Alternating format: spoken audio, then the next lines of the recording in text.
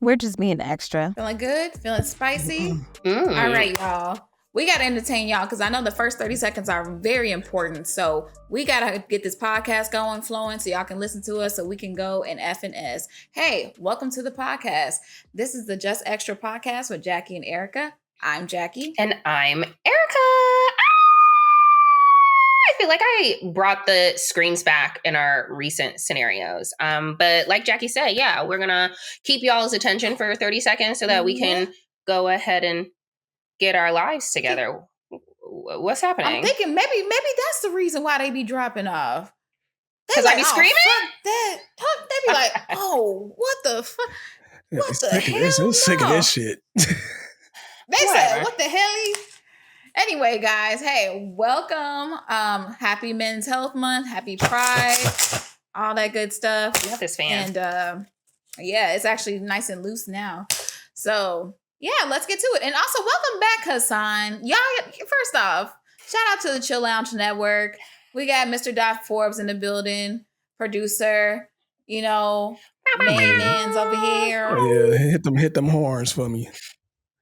Real nigga return. I don't know what the fuck that was. That ain't that. Daddy. Let's try that I don't again. know what that was. That was. She was like, oh.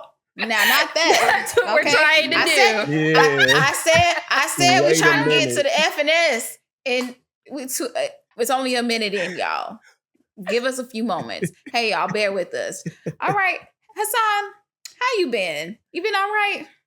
No, I have been. So I was sick last episode. Well, no, not the last episode. Not Actually, the last no. episode.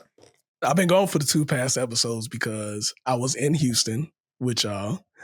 So, and I couldn't make the recordings because I didn't know when y'all was recording. Y'all never said it. So, yeah, but, I was enjoying my time in Houston, having some fun, personal time, A little bit of, dating, been some years, so feels kind of funny being back in the dating scene. But yeah, no, but yeah, I am dying right now. Had an allergic reaction, voice was all clogged up or closed up, couldn't talk shit. I couldn't even finish a sentence last night. So yeah, so I'm back in this bitch. What's up, gang shit? Was it something in your throat? Like I don't know how should I answer that. Yeah, like, I want all the answers around that. Yeah, I mean, it probably was some cat in my throat. I'm pretty sure. I don't know whether it was from a real cat or some other cat, but It's all cat. It's all cat at the end of the day. It's cat nonetheless. Mm-hmm. Nah, hallelujah. Shoot. That shit. I might have to. Don't bring God into that, okay? Do it. God said that's what we supposed to do. He created it. He created for everybody. He created for you too. You see, all right. I'm not gonna get you know what? Right. I'm not gonna get on my little. We all trying to get back to it. We all sinners, okay? Okay, out of the eyes of whomever you pray to. Yeah. So we're here. So this episode is going to be very interesting. We're actually going to be talking about the different types of relationships and dating, So I'm happy that you're enjoying yourself, Hassan. But we're going to do our catch up and then we're going to get straight to it. How you doing, Erica? Extra thoughts, right? Like we typically do at the top of our podcast. I'm tripping. This is the segment where we talk about, our previous episodes, whatever. Go back, take a listen if you find it engaging. So, Jacqueline, your extra thoughts. Well, first off, my lips are kind of ashy, so don't mind me, y'all. But the pick me in the patriarchy. I want to say there's just been a lot of conversations about the behaviors of men. You got the Diddies, the Tory Lanes, the DDGs. And one of the things that I found interesting was finding a new podcast to listen to. I mean, we're on our own podcast, but I just want to shout out to the Grits and Eggs podcast. What I will say is I wish I had the exact episode, but he pretty much let the men know, like, hey, something's wrong with y'all. The fact that you guys are just boldly defending a man who's clearly wrong in his actions says so much about this community, and y'all need to hold yourselves accountable. And it's interesting to hear that from another guy, especially a guy who can speak the language and identify, who is in the same lane. Because as a woman, I can only say so much. And, you have people from the other communities that can say something, but it really means something when your peer can look at you in your eye or tell you or speak to you over the sound waves like, look, we got a problem. One of my favorite quotes from him was, hey, finding equity in degeneracy. I understand that we've gone through so much as a people in this country, but I don't understand why we feel like we need to feel like the people who oppress us in order to feel like we have some sense of power. So the degeneracy is like, overpowering someone, inciting violence, just doing harmful things to another person or a group of people just to state like, hey, I do have this power and I do have a hold of my life. When in reality, you need to go about it a different way, and it starts with self-reflection. So that's just my thoughts on that. Just to I comment, I feel like we Yeah. kind of talked about the Grits and Eggs podcast at some point in the last recent episodes, because Capricorn is the one that introduced me to the podcast. And I was just like, oh my gosh. I remember him coming out and being like, listen to these men. When men actually say things that make sense and are not like giving all men a bad name, like I support it. I looked at him and I was like, that's why you bay No, right there. seriously. Okay. Cause yeah, all these men be, really pushing out toxic masculinity messages, violent messages, very not allies to women, right? And to your point, we need allies, right? For every single community, you need somebody who is going to stick up for you. And it's even better when the ally is a part of the community that is oppressing you. Right. So a lot of times men, you're right, will not listen to like a woman. So it does take other men to step up and actually say the things that like they can, in a way, or from a person, a messenger that they can receive, right? So that's why allyship in general, Mhm. super important. I agree. And actually, I don't know. So yeah, I discovered the podcast because you did mention that, but then it came in my timeline. And then I think I sent it to you guys like, hey, is this the podcast? And y'all like, yeah, it is. I'm like, great. And I've been binge listening to them. So I enjoy it. I enjoy it. I love seeing a podcast like come from behind and like get a lot of notoriety. So I'm speaking that upon us. So one day it's coming. So yeah, that's all I got to say about that. I I enjoyed support the it. episode. I think it's important to really point that out. Yeah. And then not even just talking about the men, but the women in itself. Like, yeah, we are a victim of patriarchy, but I do think that there's something when another woman actually steps on the back of another woman to, to gain something. And the thing is, what you're gaining is not even, you know, is it even worth A it? prize. You know, a prize. What prize? Ain't no prize. Let me stop. Because you are the prize. And if you don't see yourself as a prize and you look at like, you know, and again, I think that we shouldn't look at people as prizes or actual possessions. But when you see, another group of people as a prize and worthy to, like you're looking for their validation and you're looking for their praise and you're stepping on the back of another woman or you're, allowing another woman to, be belittled, or let's say you're talking about this woman kind of like dirty macking in a way just to gain favor, it just makes you look really poor. And I mean, at the end of the day, I hope the people who see your actions, do with you as they will. Well, Mm-hmm. that's it. Okay. My extra thoughts, I was listening to something and someone was talking about like self-betrayal. And basically they were Mhm. stating that like, it's just important to really just like pick yourself and like, like otherwise you are betraying yourself and you end up letting yourself down in all aspects of life when you're really not like, putting yourself first and considering, I don't know, yourself. And so I just wanted to maybe talk about like what self betrayal maybe looks like. Because again, I think you are betraying yourself when you are a pick me, right? When you are just like aligning with the patriarchy, because the patriarchy hurts everybody, especially women and, marginalized communities. And so, what does self-betrayal kind of look like to you when it relates to dating, and what does being loyal to your own needs look like? I know for me, it's upholding your own personal boundaries. I'm working on creating figuring out what my boundaries are and then enforcing them. Like it took a while for me to, and I said this before on this podcast, I realized my boundaries are for me so I don't overstep things. If I feel like I stepped over this line, I feel like I will get to a place where I can't return from. So, I mean, that's self-betrayal. Yeah, very Also, similarly.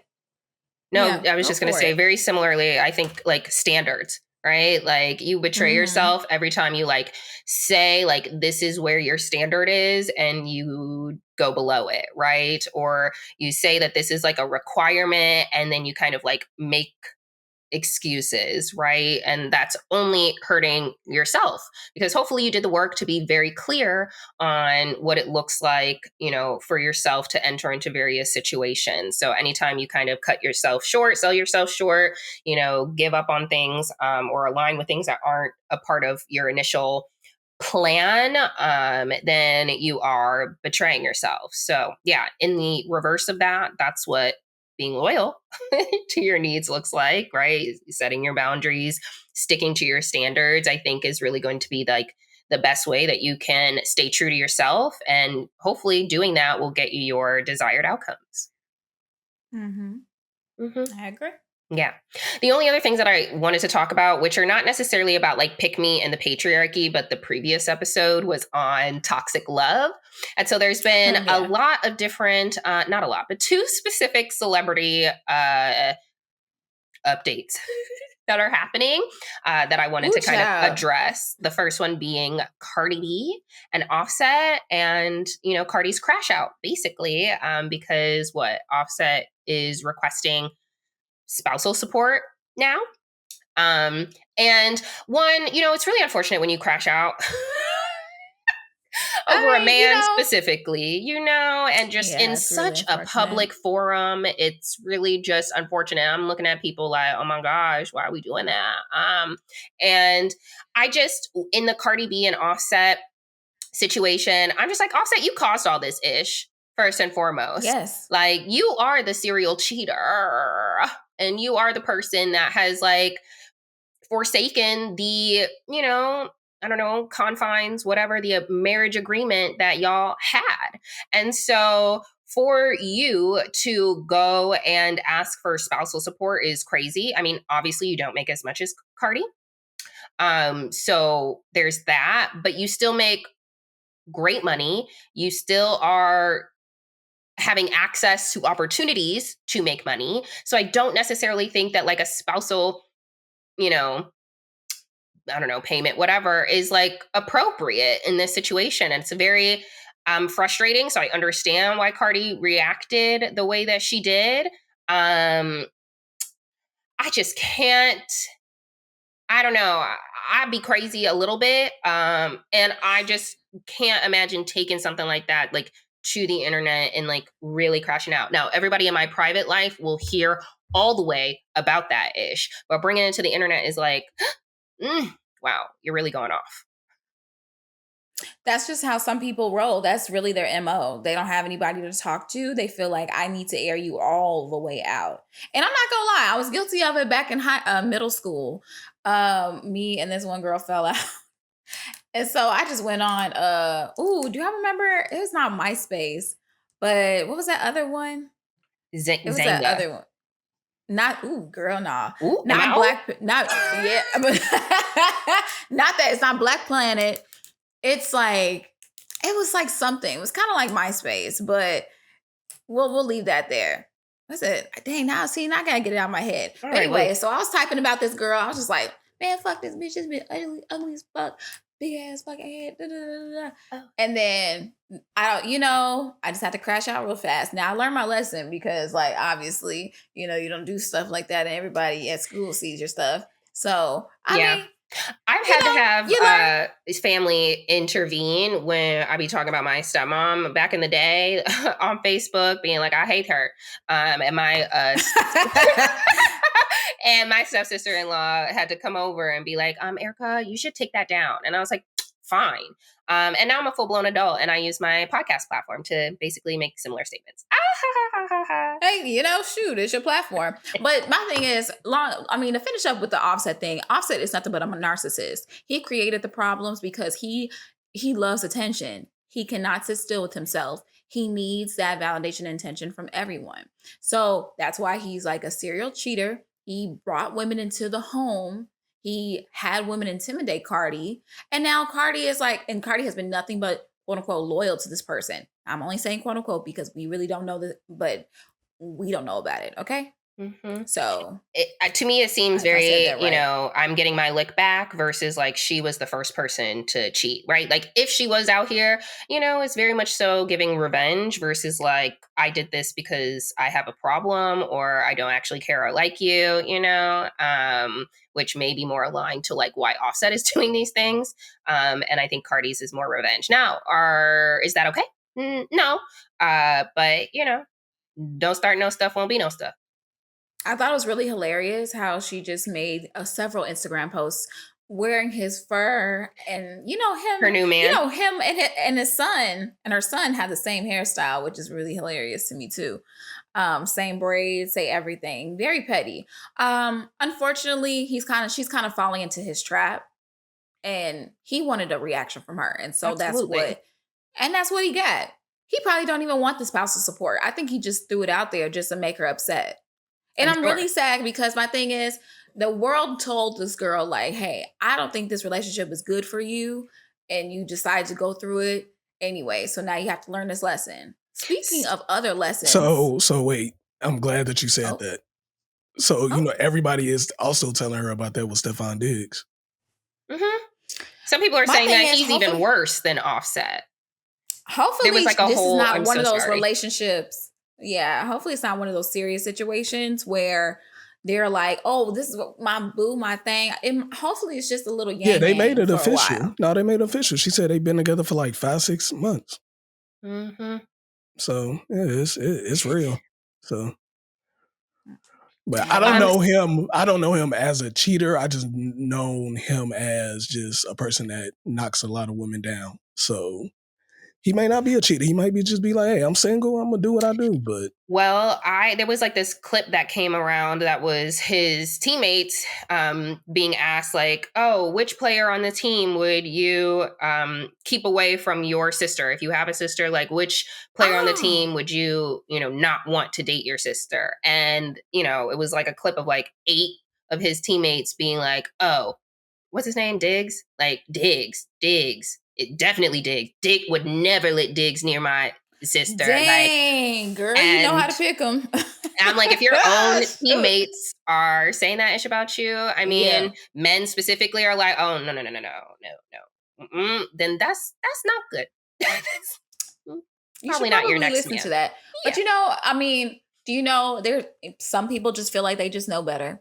They feel like they whatever they got going on is better. Another person who thought she also knew better was Halle Bailey and her relationship with DDG. And so we gave an update on like what's happening with that and, the abuse that Halle, claimed that DDG caused upon her or that she experienced with him. And so there's new information, okay, that is coming out, and another crash all the way out. It was very painful. I was my girl Impressive, okay? Impressive has a YouTube channel. Feel free, find her. I like using her for my celebrity updates.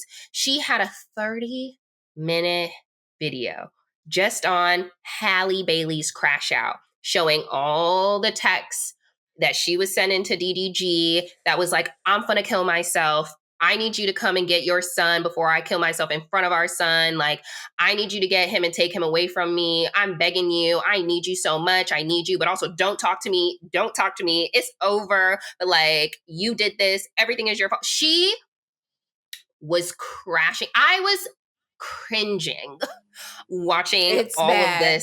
all of these texts. I was like, no, girl, like, no, what are you doing? What's going on? And I know that, like, you know, some of the texts are very like postpartum, but some of the texts were before this baby, somebody's phone. Some of these texts were very like before the baby was even here, like 2022. Like, just the relationship was already toxic. And it's very much looking like Halle was the toxic one in the relationship. And so, you know, we talked about even in our pick me and patriarchy, I'm like, I'm always going to take the side of the person that is right.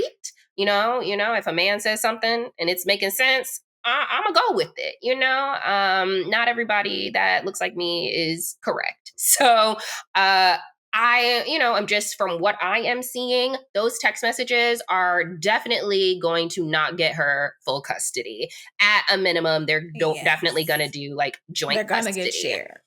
But he was even alleging that like her chipped tooth was self-inflicted, that like she was lunging for him and he took pictures of like his self-defense wounds and was trying to like hold her back from him, like hitting at him and doing stuff. And like she, went full force into the steering wheel, with her aggression, right? Like it was not like DDG coming at her. She was the one who was wilding out and got herself hurt.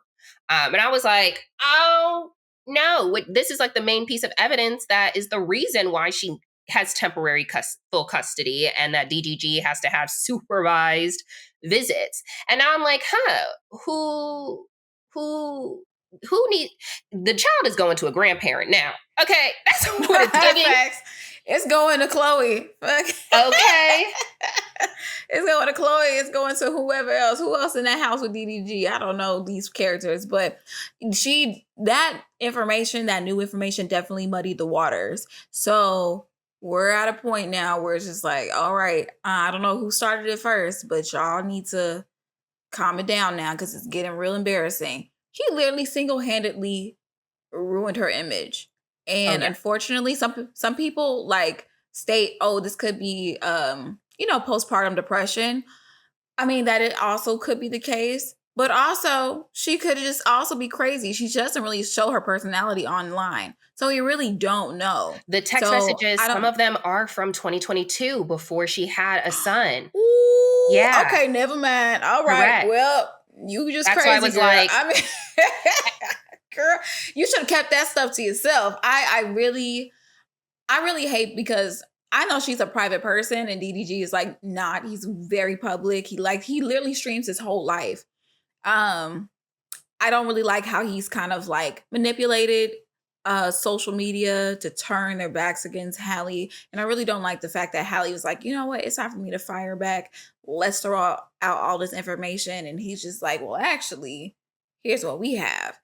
I wish they would have came to a mutual agreement outside of the net because, I mean, it's not looking good for her. Ever since they got together, it's just, she was a Little Mermaid, and does Disney even want to work with somebody who even pretends to threaten SI thoughts? I don't know. Yeah, I don't know. Sounds like not aligned with their brand and image. The mouse don't play that. Okay. Right. So, all right. Yeah, I want to talk about another toxic relationship. Who? Elon Musk and Donald Trump. Oh, God. What you got? So apparently, Elon is not fucking with Donald Trump anymore. And he has been, even today, he's doing a whole series of tweets. One of the tweets he said, which is funny too, because it's like, you ain't really telling no news. He's like, bombshell. Trump is on the Epstein list, and everybody is just like, yeah, we knew that already. Yeah, we knew that. You're not saying anything that's new. But yeah, he been sending a whole bunch of tweets going at Trump, talking about all the wrong decisions he made. It's like, okay, what was all that before? What did Trump do to Elon at this point in time that made him turn against him? Who knows? Yeah, who knows? Okay. I honestly think it's just... Well, I know that the class of egos. Yeah. Or they probably just doing this shit for for the public, and they really not into it. Maybe it's a distraction tactic. Look over here while we put in some other bills that are going to oppress everybody and kill everybody off. Oh, they've been putting in a whole bunch. No, for sure. So don't look. We're fighting. Somebody's, you know what? I'm sick of, like, I'm just sick that we're here again. Like, y'all really take this country as a joke. And so this is like the worst reality show ever. Like, why am I in it? You know? And it just started. Like, why can't y'all just do this over there? God, Emma's only 6 months in. Jeez. We're only like 5 months in. It felt like 4 years already. Yeah, gosh. January 20th is the inauguration day. Mm-hmm. Yeah, okay. If we doing that. Mm-hmm. Okay, well, catch us up, Jackie. We're thank you so much for your extra thoughts. Well, I'm sad now because, like, now they're gonna start having like bomb wars, and you have the president arguing with his like South African sugar daddy. So it's like, what are we doing here? Travel bans, all of that, you know. But yeah, we can't go to Haiti. It's on the list. So I thought the ban was I thought the Haiti thing was it's been in effect for a while now. There was a travel advisory for a while. I don't know. Well, I don't know. So much that I know. Ooh, thoughts and prayers. Look, thoughts and prayers, honey. All right, well, as far as me goes, my catch-up is going to be super, super short. Just working. You know, y'all know I turned down that job, and now I'm still looking for other employment. You know, we're still rocking and rolling. I think what I've gotten these days is I stopped gaslighting myself with work. Okay. Instead of saying, I love this, you prayed for this, you always wanted to be here, you having a good time, you should feel blessed. Not everybody could be a nurse. You're a nurse. Just to make myself through the shift. I stopped doing that. I'm just like, I don't like this shit. And yeah, we're just here to do the job.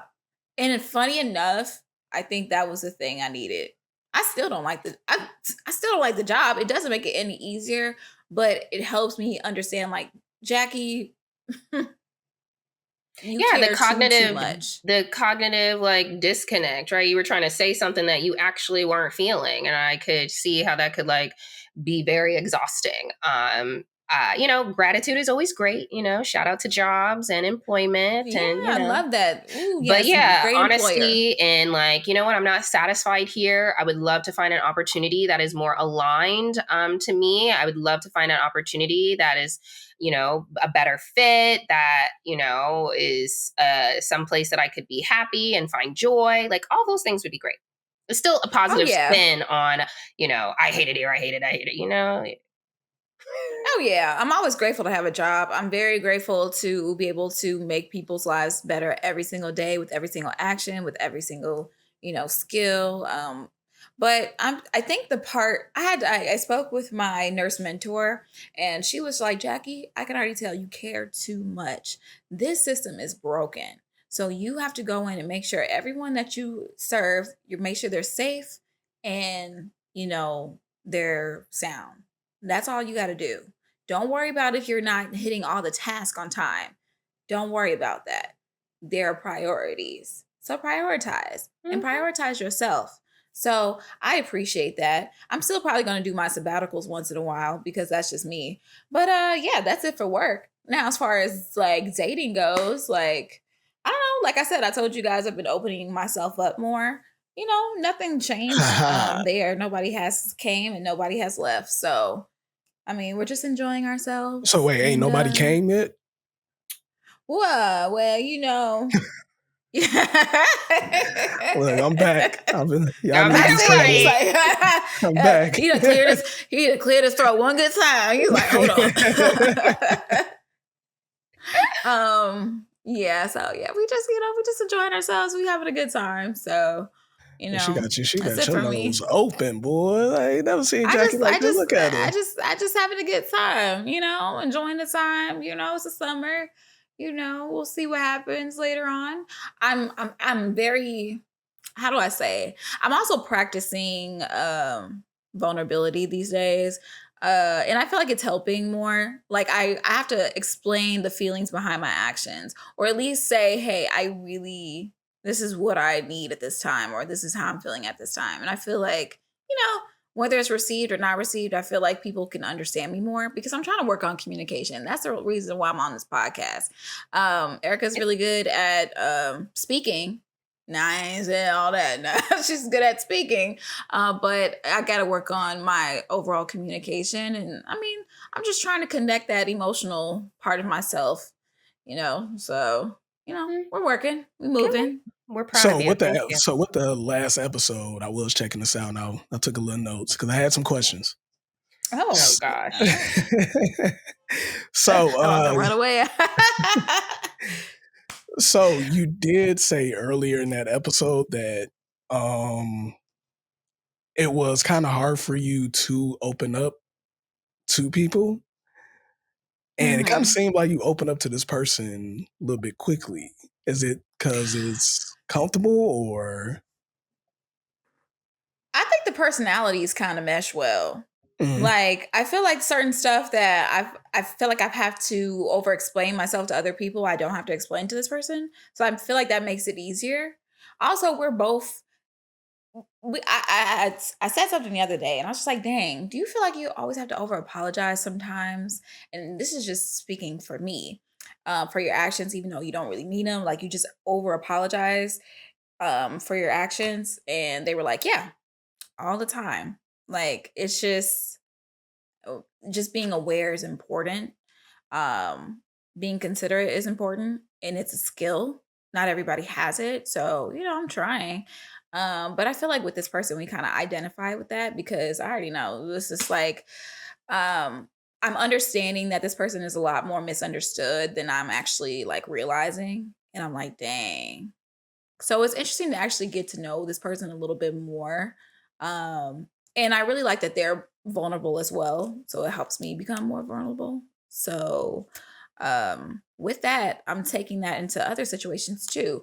I'm meeting new people at my job, and I don't know, maybe it's something in the air, but I feel like the universe is bringing along people that I can actually speak to, and I feel like I'm being seen by these people because I'm actually taking the time to actually like state how I feel. So well, I'm feeling good. That's it. Okay, next question. Did I answer your question? You did. I have a next question. I'm trying to I don't know what you said verbatim, but you said something about that you want somebody to let you be you or do you. What do you mean by that? I think for me overall, be me and do me, because I want to answer this concisely. I know me, I can be a little aggressive. I can come off a little harsh. I can come off a little cold sometimes, but I don't necessarily mean it like that.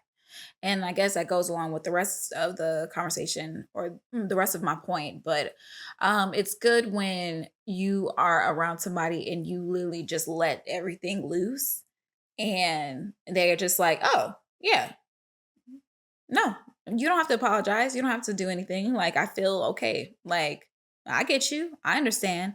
Doesn't that feel good, y'all? Like, doesn't that feel good when you just like, I can just do me, and they're just like enjoying. And that's why I'm like, because you are aligned to that person. Remember, we were having all these conversations about like, you gotta let everybody, or not everybody, but like, you have to be more open to people who are different from you. And I said, not in my close relationships. I do not want to butt heads with people that are close to me. I feel most comfortable when we are just like, oh my God, yes. Oh my God, yes. Oh my God, yes. You align, you agree, we're similar. That is what I'm talking about. Like, morals, values, like the vision for our life, like all these things are very much so aligned, because in your close relationships, you don't want to feel like, here goes somebody else saying something I actually don't agree with, but I got to keep them around, or I got to have them. No one likes that. It is very beautiful to be like, wow, you see me, I see you, we are aligned, we are like, yeah, like, yeah. I find it interesting that you say it like that, because I feel like that's a real extreme, because I know I have friends that, some stuff we just dynamically are different about. And, we do live our lives differently. But I just like the fact that we're open to understanding each other and just kind of like, okay, like I'm making this choice to like be in your life, like versus like I do feel like if you're at a point of like strain and you're just like stressed out, I do think that should require, I think it does require a review of the relationship. But I know for me, like, um I I just know I've been around people who like not even like a you thing, but I have literally been around people who like if you do not agree with everything I say, or if I say something then you don't agree with it, you are cut off. And it's just like, yo, that's crazy work because it's like, why can't we just have a conversation? You know? We have Like talked why about do preferences, like, I hate scary movies. You love them. Mhm. That's not what I'm talking Mhm. about. I'm talking about, Okay. I believe in trans rights. Do you? Like, if to me, because equality, like those types of things are very important to me, right? And if I'm talking to someone and they're like, no, and that is going to be probably a constant conversation, a frequent conversation, I probably am not going to be close to you, right? Because Mhm. we are not aligned on things that are very, very important to who I am as a human being. So again, I can be friends with people who have an Android. I can be friends with people Now, who actually, can we want to. stop right there? That's No, hard because I no. was like, Yeah, I they was be with messing you up until group you chats. said that shit. I was Okay. with you. Especially that group I text was y'all with you. put I was me like, in. hold on. Soon as I replied to him, I'm like, why is it green? Like who the Exactly. Come on. Anyway, Hello. Talk about that superior that technology. seems My very, ass. if Yeah, again, it's very surface. surface It's very level, surface. It's right? And that's surface what I'm not level. talking about. I'm talking about real things that actually matter. Jackie, stop with the fan. We are recording. I'm sorry. Sorry. Just sorry. I was about to I'm just say, like, if I gotta edit out that fan one more time. I was about to I'm say, Put it talking wow. down. about real things that like truly matter to like me on a values, a moral perspective. Like I need to be aligned. Okay. I agree with that. I agree with that. I think that's important. I think for me, I'm just talking about like literally personality like traits, you know? Like Yeah. because somebody can have the same morals and values of you, but it's just kind of like they could also receive like your energy differently, Hmm. you know?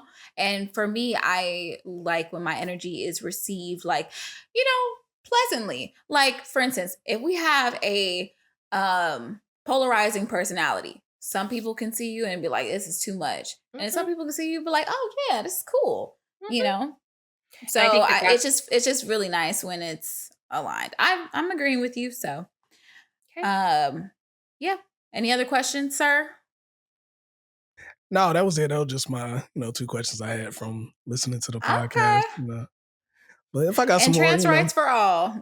oh yeah, definitely. Love it.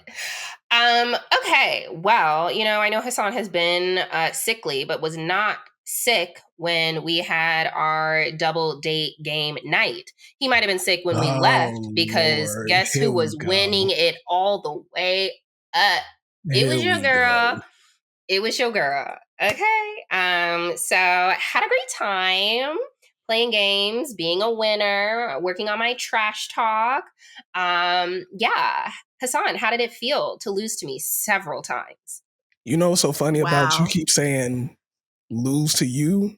We played spades. You know you had a partner, right? Okay, how did it feel to lose to us? Still lost. Tell me what it's like to be a loser. Okay, so you only won what, 2 or 3? You lost in dominoes, I was not last place in dominoes. And we but you lost. also But we you're had a number lot of one. okay, that's fine. Also a newer game to me. Spades, phase 10. I won rounds of dominoes. Okay. You didn't even want to count your points the first time because they were for me. Remember that? All right. So that's that.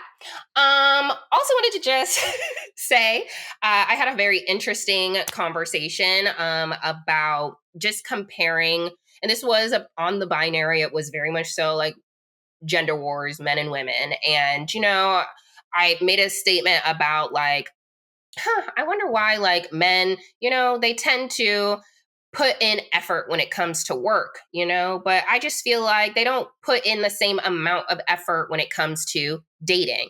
And that became a whole topic of discussion.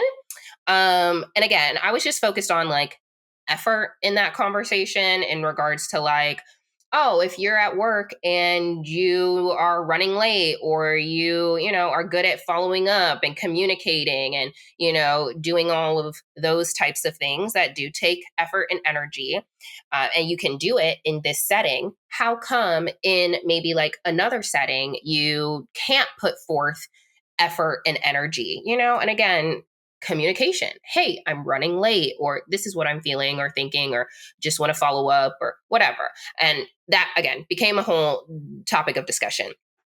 So we didn't get, and I'm gonna say we because it was like 3 or 4 of us. So I will speak for myself. I didn't have an issue with you saying far as like that. The issue I had when you was like, how come men, saying like all men. That's why I had an issue with, because it's like, it's not a all men thing. Absolutely.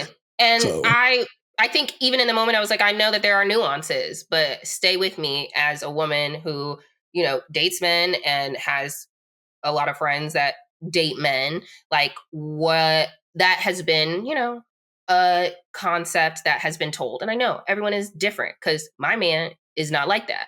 So I was just trying to make a general conversation. yeah, I thought y'all was beefing when you said that, because I was like, oh shit. And I looked at his face, I was like, he had that look like, she want to bring this shit up right now.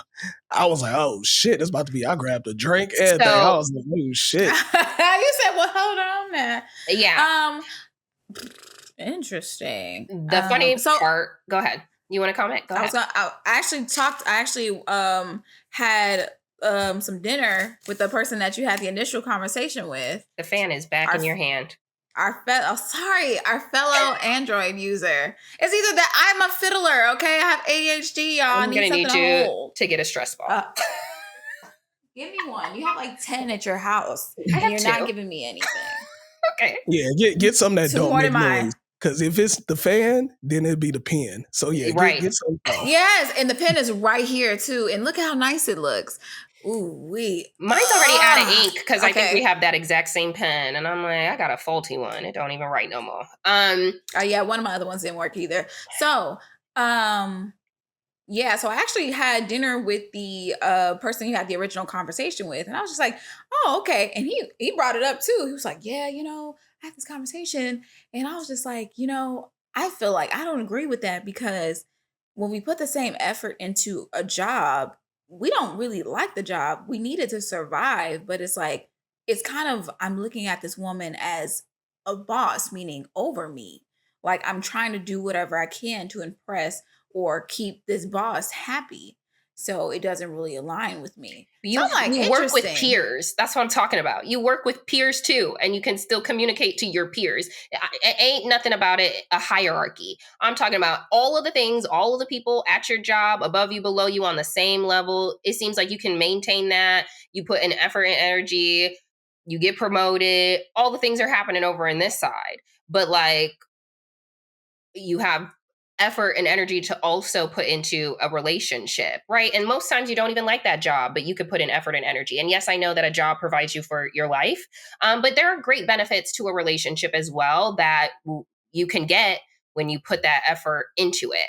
So that was like the basis of my conversation. And again, not to rehash it here, I'm stating that conversation to be like, so obviously Capricorn and Hassan and the person that you were, you know, you revisited the conversation with, were all on the same side. You know, it was very much so men against one woman. And I left with Capricorn, and we were just talking about it. And I was joking with him, but I appreciate that, you know, he'll see the truth in my joke.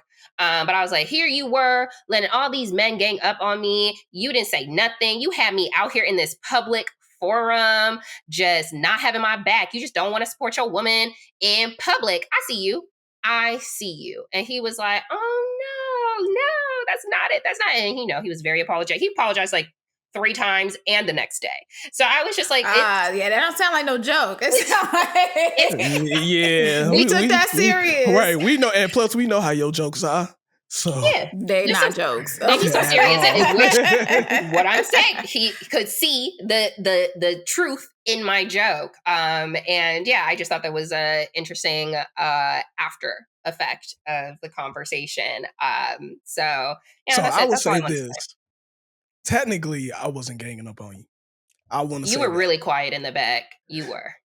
I got quiet later on because y'all were, I could see the conversation was two different conversations or two different arguments. Like I can see your point, but the point he was bringing up was like something totally different.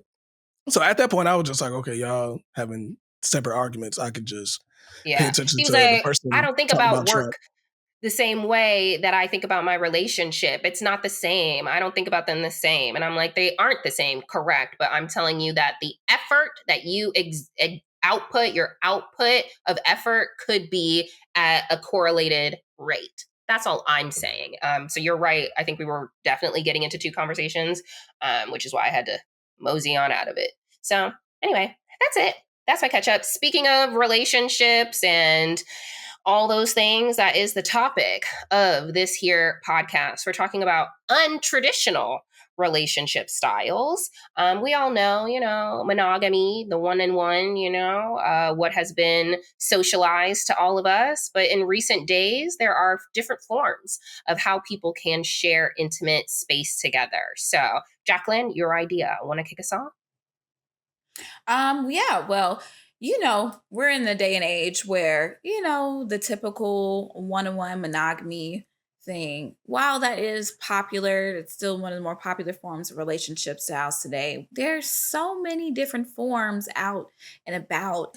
And, with the introduction of different like sex podcasts, sex forums, people who have, different outlets to pretty much post their relationships, you're seeing different dynamics. And so I'm thinking today, let's just go ahead and explore the different types of relationships and whether or not, could we do them and, the pros and cons. So, what's the first on the list? Well, we have monogamous relationships. So, just to read the definition, which everyone already knows, a monogamous relationship is a romantic partnership where both individuals commit exclusively to each other. So, as we think about the pros and the cons of a monogamous relationship, there's obviously emotional security and deep intimacy because it's very exclusive, right? So that's my partner. We together. There's clear expectations and boundaries, and there's often more, socially supported and legally recognized. As it relates to cons, however, this is how people, decide this is not for them. There's a risk of emotional dependence or stagnation.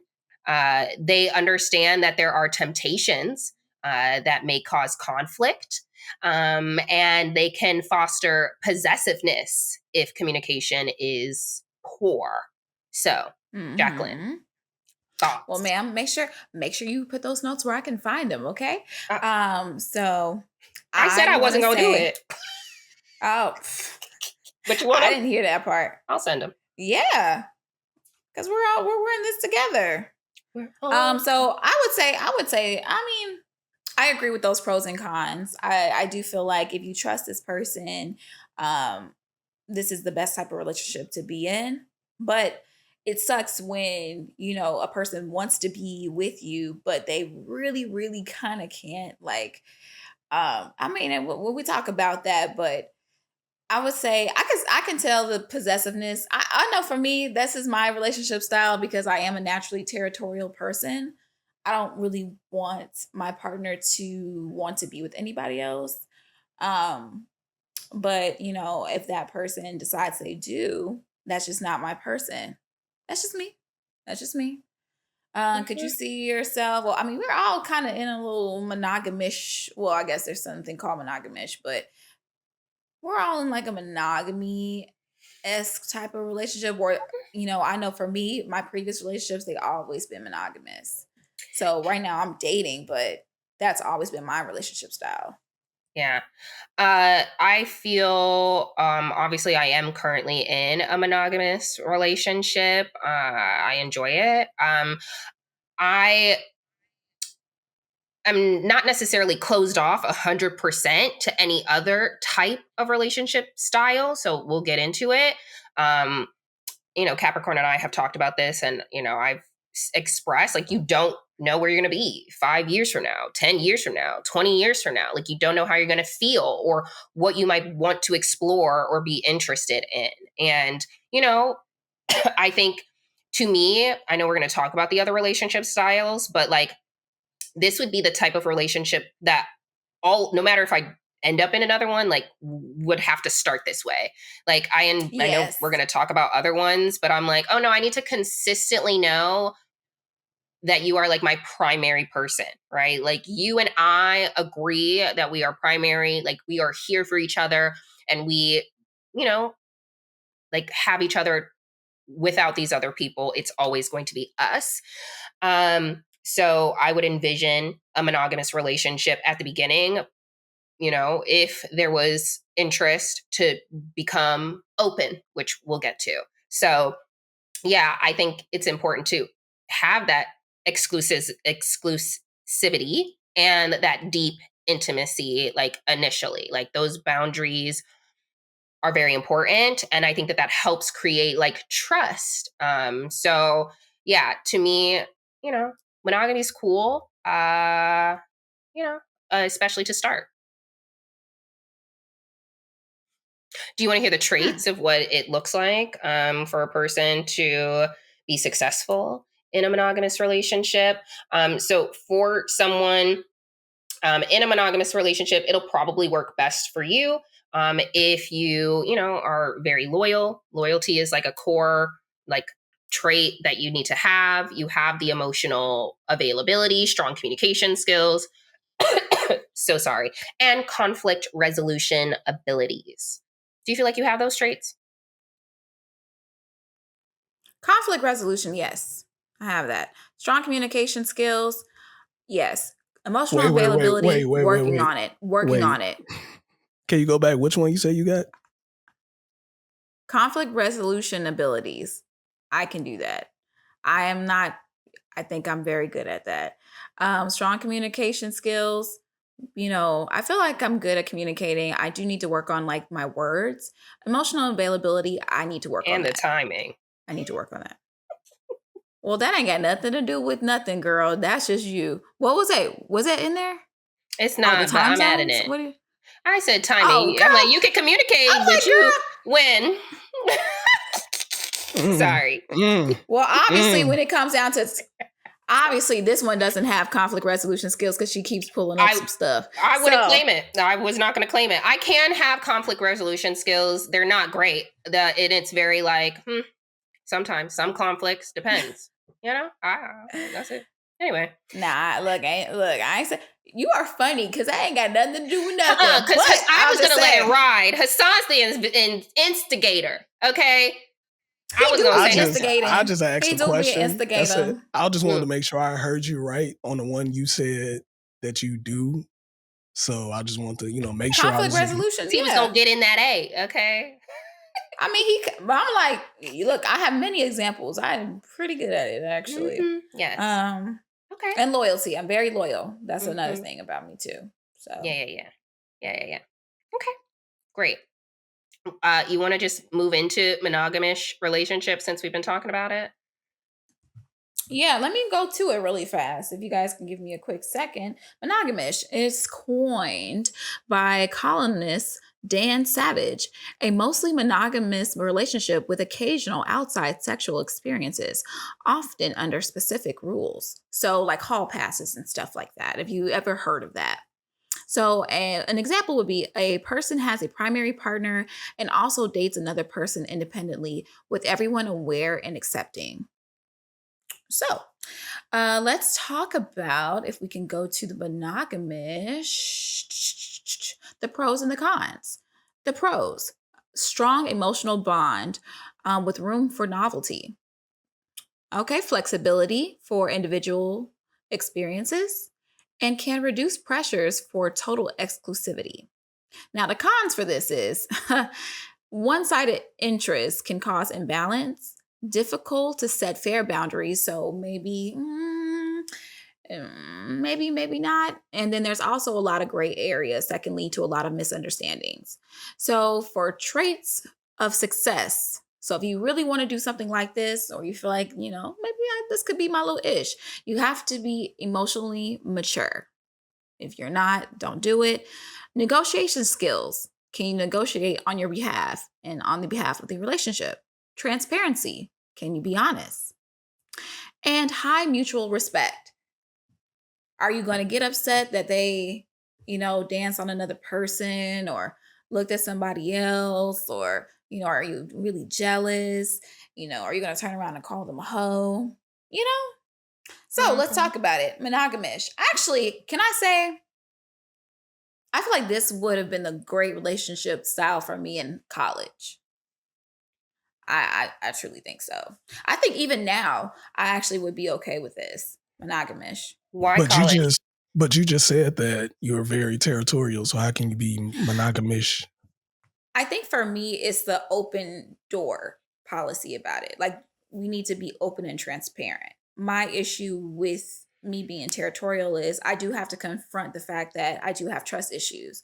If I don't trust you, then I don't believe anything you're saying or doing. I wish if I would have started something like this like early on, I probably would have had like a better like outlook on dating. I don't think territorial and trust are the same thing. I think you can trust someone and still be very territorial over them. Like, I trust you. I don't want nobody having any kind of anything with you. Like, so to me, territorial is more so like I make sure other people stay all the way away from the person that I'm in a relationship with. That's territorial, right? I trust him.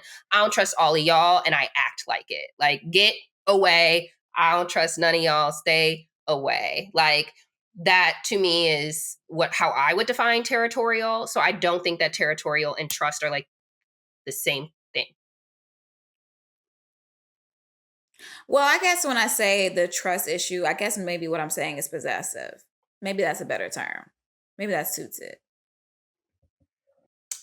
Okay. But then also I actually open the door for other people to be possessive. I feel like that's the same thing as territorial possessive. Yeah, and possessive are the same thing. Yeah. I know that possessive is the negative connotation, negative form. Both of them word. are negative to me. Right. Yeah. No, I don't think territorial. I don't think being territorial is a negative thing. Actually, you're just saying what's mine is mine and what's not mine is not mine.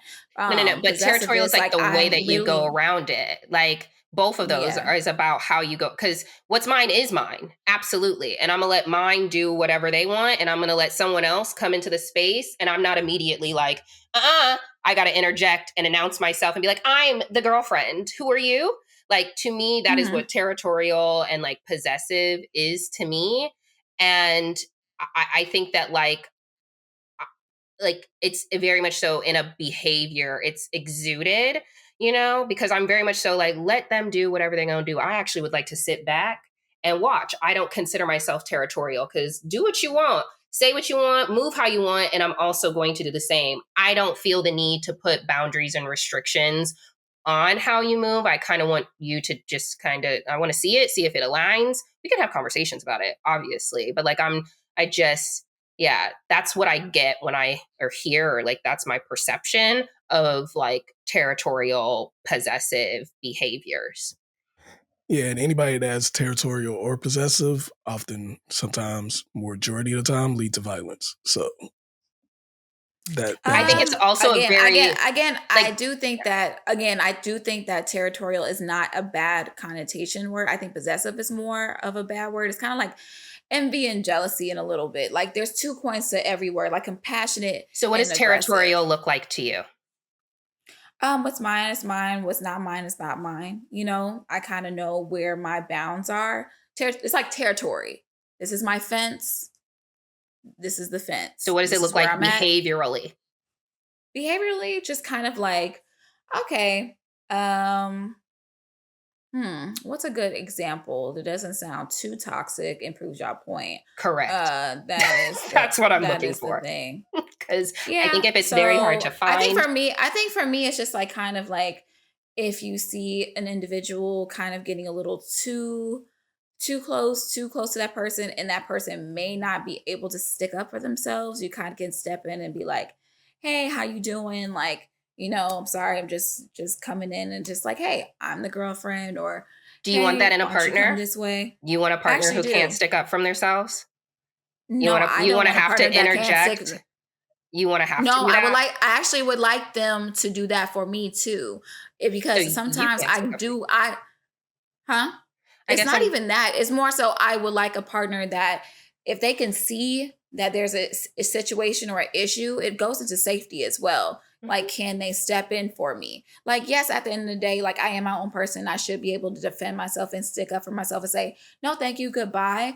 But I would also like someone, because sometimes when I see someone just sitting back and allowing things to happen, it's just like, I kind of feel like you don't care a Yeah, little I'm bit. not talking about if you are And in that a might dangerous not, position. I'm talking about like in general, we're at a bar, we're in at a general. party, and two people are having just a conversation.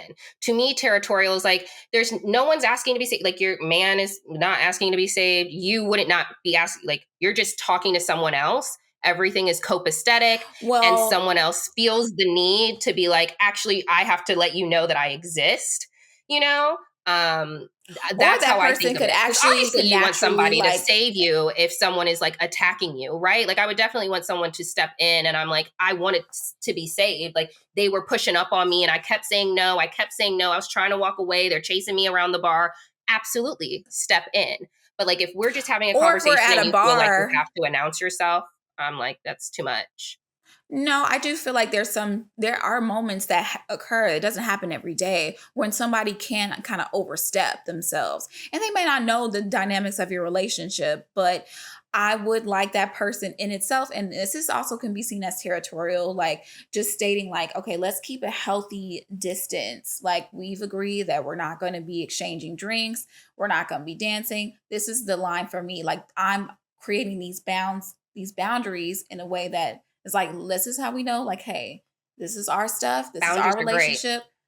Yes, But I but guess I also, I still don't mean, understand granted, what territorial to because I we can move on, but I guess I'm confused because yeah, to me, we you're can come back to saying this. that again, territorial to me is like ain't no problems, and I still feel like I need to interject into the situation and let y'all know that that is mine. Like that is also possessive. Like I think of the same things. Like but boundaries, yeah. Like if you are doing something disrespectful to our relationship, absolutely, I would definitely engage in that because you are now like, what are you doing? You know what I'm saying? But if everything is normal and I just see an interaction that is platonic and regular, to me, territorial still is existing in that space when you're like, oh, everything's normal, but I still want to be like, hey, I know you're just having a chat, but No, I'm I'm the not. I'm girlfriend. saying Hi, how are I'm you? also stating when I'm stating if it looks like it's going a little too far, then that's when you can like step in and that was my example. I think But I though, I feel like think you if kind of people are using the no, wrong term for that then for territorial. If that's the case where it's something like going wrong, then it's not. You're not Nobody's being territorial. territorial. You're Yeah, being you're just regular. you're. It's a safety thing. It's not a all territorial thing. right, It's that's like fine. We can move on. Okay. Yeah, I definitely wanted to understand like why you felt like this is a relationship that would work in college. I think for me, because this when I really started like dating, and I felt like if I was just more in a situation, like for instance, when me and my boyfriend, like when I started college, I wish we kind of had a situation where, okay, we are together, but we are going to be like a little separate, but not too far away from each other. Like, I do want to date and see other people. And also, if you want to date and see other people in a way, you're more than welcome to. But we are, like, I want you to know that we are together. I think mostly what I'm trying to get at is like, that exclusivity, like knowing that like that we're primary, like we're together.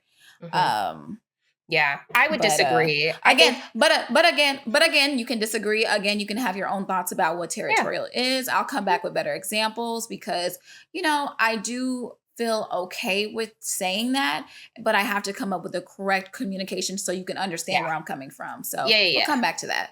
Yes, Perfect. ma'am. Yeah.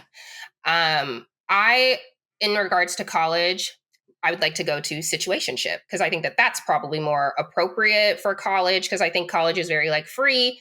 We ain't gonna take nobody seriously. Yes, some people find love in college, beautiful. But to me, I think situationships is really where a lot of college, that's like where you have situationships, is college. So for those who are unfamiliar, a situationship is a romantic or sexual relationship that lacks clear labels, commitment, or a defined future, because we're out here having a good time. So as it relates to the pros for a situationship, there's low pressure and flexibility. It can be fun and spontaneous, and it's good for exploration and transition periods. As it relates to cons, ambiguity can lead to hurt feelings or confusion. If you're misaligned in your expectations, that may cause conflict.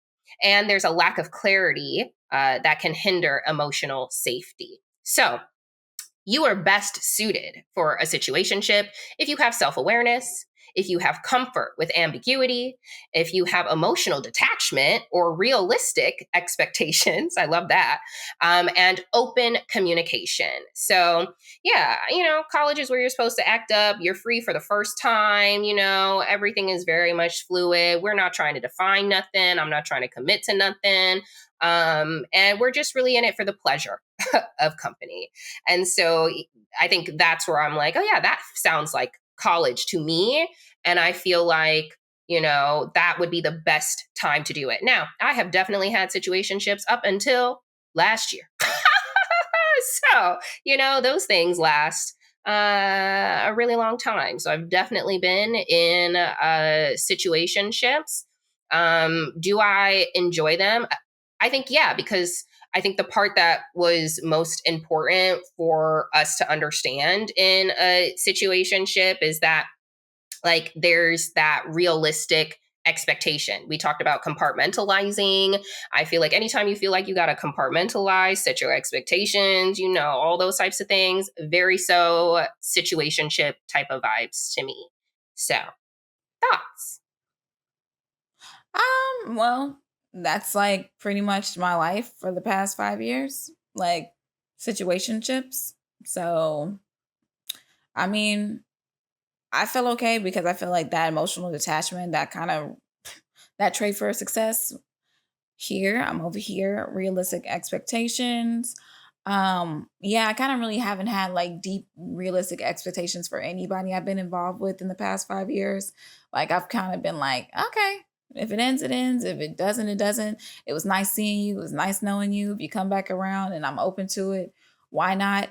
I personally think that this type of situation, like situationships in itself, in college, yeah, it kind of sucks. It's for fun if you know exactly what you're doing and you know yourself. But if you're really in that vulnerable state and you're really trying to figure out what to do with this person and you're really trying to, get things together, I think that ambiguity is going to unfortunately leave a lot of emotional scars on a lot of people, especially when they're just developing and actually having sex for the first time. So if you do know yourself and you do know yourself emotionally and sexually, that might be this would be beneficial for you. But like I said, it's not going to be so I get it where you say in college, yes, but then depending on the person or the student, no. So I would say someone like me, I had situationships in college and they didn't work out for me. If anything, they left me very confused. I would have felt better like actually dating people and had somebody to come back to and actually talking to versus Yeah. like just not like having a situation where I'm like, okay, can we talk about it? Let's debrief. Let's talk about what went down. Can I talk to you about my feelings? But when you're in that space, you kind of can't do that, and that person has the right to decline you as well. Mhm. So Yeah. Well, no, definitely. I definitely think, like, in regards to a situationship, to me, it's very like you have to be very clear that this is most likely going to be absolutely nothing. If you can't, Yeah, that part definitely, if because you a lot of if you people aren't be in situationships and don't even know it. correct, there's a so lot that's of where that's I'm like, actually how a lot if of you're situationships happen. Not too many people are able to like state this is going to be a situationship right out the gate. It and just that's why I'm ends like, up turning into that. you have to be able to, that's what I'm talking about. The communication is what's important. You were like, I'm very confused. So I'm like, was the person lying to you? Because that's you could have a change of feelings as well. My thing is, people Yeah. have feelings that change and evolve over time. And sometimes you kind of want to be able to talk to that person about it, but then sometimes you can. But then when you understand those feelings, they have the right to say, well, this is not that. Yeah. And that sucks because it's not reciprocated.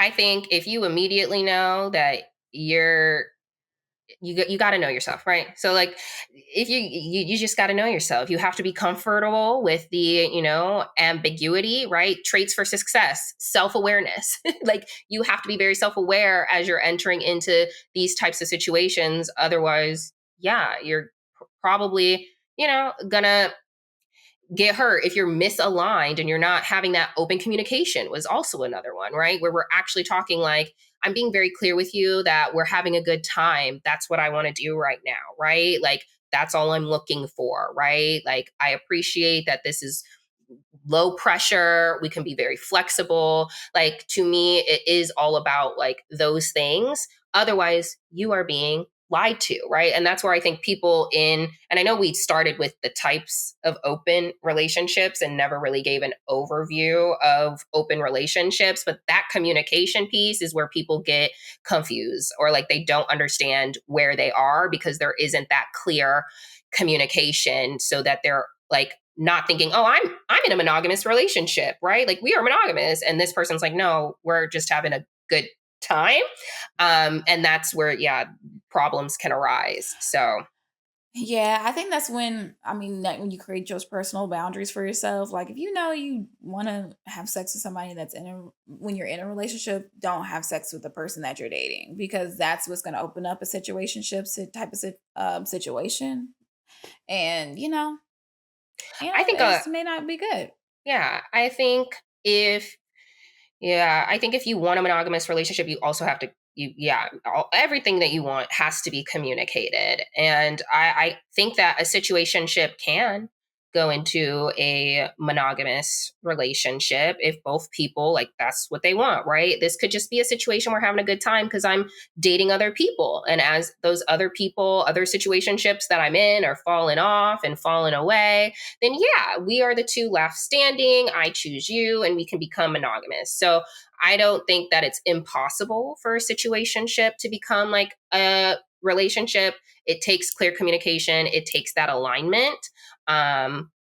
So I just think that you're also correct, though. If you don't want the chance of it being a situationship, you probably shouldn't even not just to not have sex. Don't entertain that person. If they're already giving you the vibes that I'm just trying to have a good time with you, not really Well, trying to just more so commit. not the sex, but your personal boundaries with yourself. If you know that they're not doing these things that you're looking for, just like you said, like, that's when you should cut it off. It does. For Absolutely. me, I use sex as an example because some people Yeah. really tie a lot of things to sex. So that is just one way. But if you know you're not talking on the phone with that person every day, you want to talk to your person that you want to be in a relationship with, and they're not doing that, then cut them off. Mhm. Speaking of phone type relationships, we can talk about long distance relationships. Okay. Yeah. So long distance relationships, I think you guys know, this person lives far away from the other, whether it's states, whether it's countries. Let me give you the actual definition for it while I'm scrolling. So it's a romantic relationship where partners live in a different geographical location and maintain the connection virtually and through visits.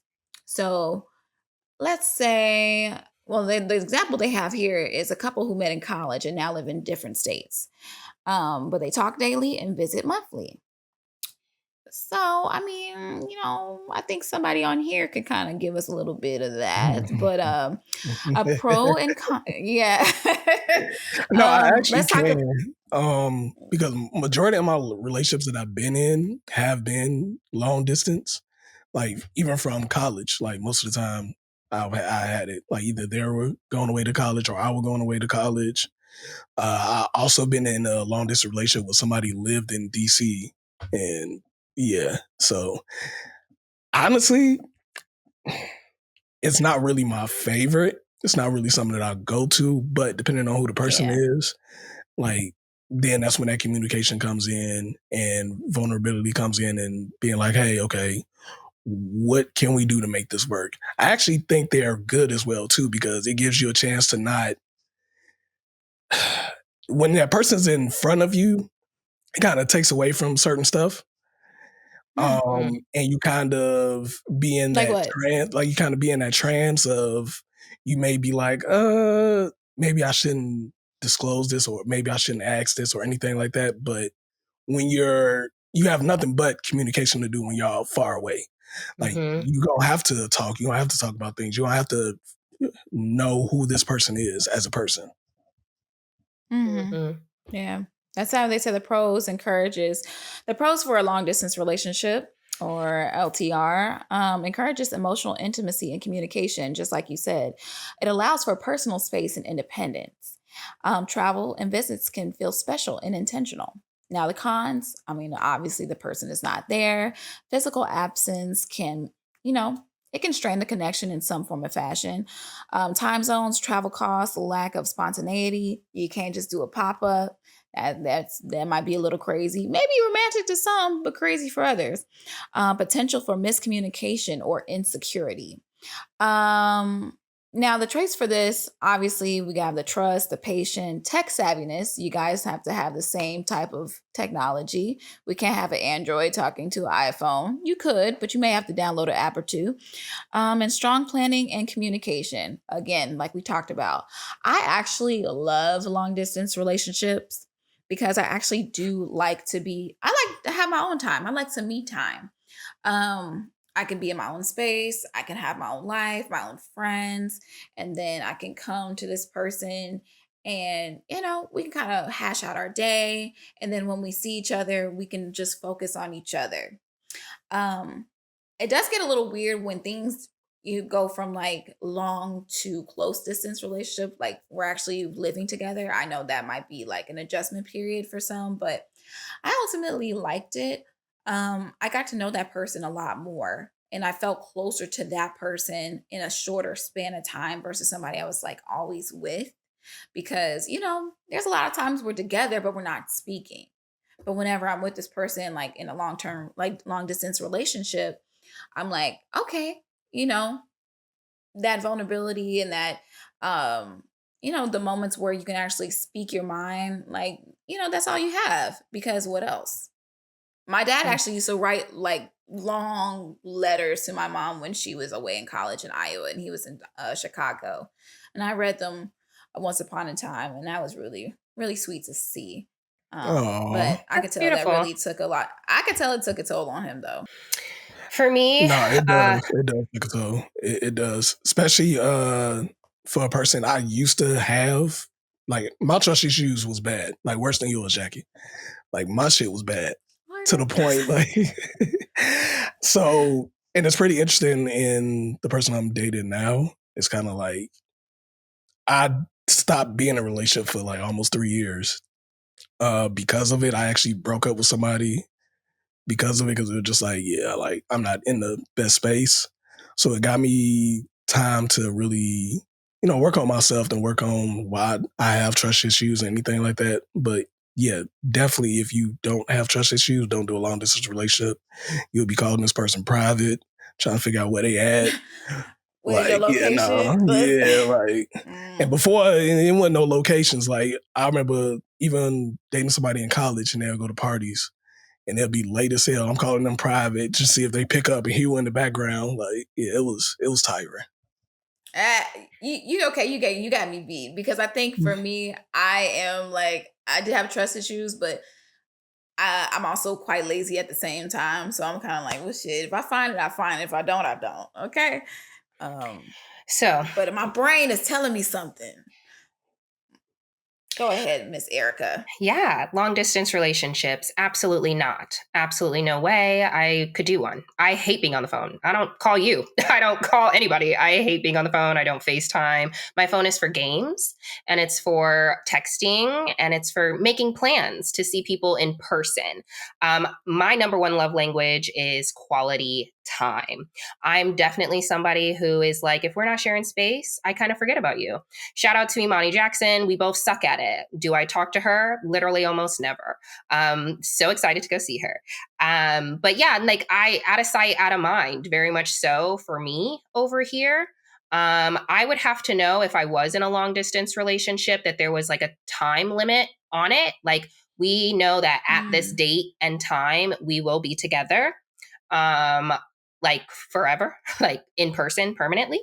I'm very type A already. So like, when are we seeing each other? What does that look like? That would have to be very planned out. You have to have financial means to be in a long distance relationship, because I would need at least like monthly visits. Am I going to you this month, or are you coming to me this month? Like I'm very much so like, out of sight, out of mind. What are we doing? What is the point of us being together? How are we really building this future? And I get it. You can do it apart. I have a preference. Would love to do it together. I'm not very, but I think I am. I just like quality time. I was going to say clingy, but I just like to spend time with people that I like to spend time with. I want to see you. I want to touch on you. I want to be in person with you. I like being in person. So yeah, long distance relationship would not work for me, simply because it requires just being on the phone. I don't want to do that. Like at that minimum, I don't want to do that. I have trust. Like, again, I'm very much so will let you do what you would like. And as soon as you show me, or I find evidence or whatever, not find, because I'm probably not really looking for it, but when it presents itself to me, because I genuinely believe that that there was any issue for me to not trust you, then like, yeah, sure. But like, I'm a very trusting person, so that's not really the issue for me. I want to be in your skin, if I really like you. So yeah, long distance would not be a thing that I would enjoy literally at all. Okay. So next one, polyamorous. All right. It's a lot of things. Can we, before we go into polyamorous, just talk about open? I don't know if that's technically an open relationship, but can we open it up, like broaden? Because we've been talking about types of open relationships, right? Versions. Yeah. Go ahead for it. Go. Okay. Open relationships are basically a committed partnership where both individuals have an agreement that they can have romantic or sexual encounters with other people. So the example that we have here is that a married couple who is emotionally committed to each other, but occasionally they'll date or sleep with others. So what are some of the pros and cons to open relationships? So a positive would be that you have exploration without leaving that primary connection. You can boost your personal growth and honesty, and it fulfills varied needs with different partners, which I understand. Cons would be jealousy, insecurity, and emotional turbulence will probably be present if you're not meant to be in that kind of situation. It requires deep trust and constant communication. And there is a social stigma that people have around open relationships. It's not yet well socialized, and people don't really buy into it. Very much so, the confines of like monogamy hold strong. So what do you need to possess as like a character trait to be successful in this relationship? You have to have one, security in your primary relationship. There needs to be clear and evolving boundaries. You need to be an honest communicator, and you have to have trust and emotional regulation. So, Jackie, do you think that you could be, I mean, you said a couple of the types of relationships that are open or under that open umbrella that you would be interested in, but like general thoughts? The most I could ever do, like I said, is monogamish, and that's it. Like, I just feel like, I feel like it can get very open and be too open. But my thing is, I'm just so not even with like the person, but with my own like body too. I just wouldn't really particularly care to know that you just had sex with somebody and then we're just now you're trying to have sex with me in the same like time period. I mean, it might be hot depending on the person, but that's just not for me. I am very protective over my body and my skin and all the other stuff. And if I don't know this person and I'm not very like, first off, if I were to be in an open relationship, it would be, like I said, the monogamish thing. But if we were to do something like on a poly scale, which we'll get into, like I really got to know that person up and down. You know, pretty much I got to know your whole life. I need my chart. I need all of that because what are we doing? Like, what are we doing here? No, I just don't think I'm emotionally stable for that. And I'm okay with that. Yeah, makes sense. I think all different open relationships have different boundaries. And even if you, like, if I'm in a relationship and I identify as open and you are in a relationship and you identify as open, they do not look the exact same, right? Because the confine of you and your primary partner determine what your relationship look like. Even in your example of like, you not about to be having sex with somebody and then come and have sex with me, I think, again, there are boundaries. You could be like, we have to go a week before we can have sexual interactions again. Like if you agree, right, both partners have to agree to the boundaries that you set as how you operate.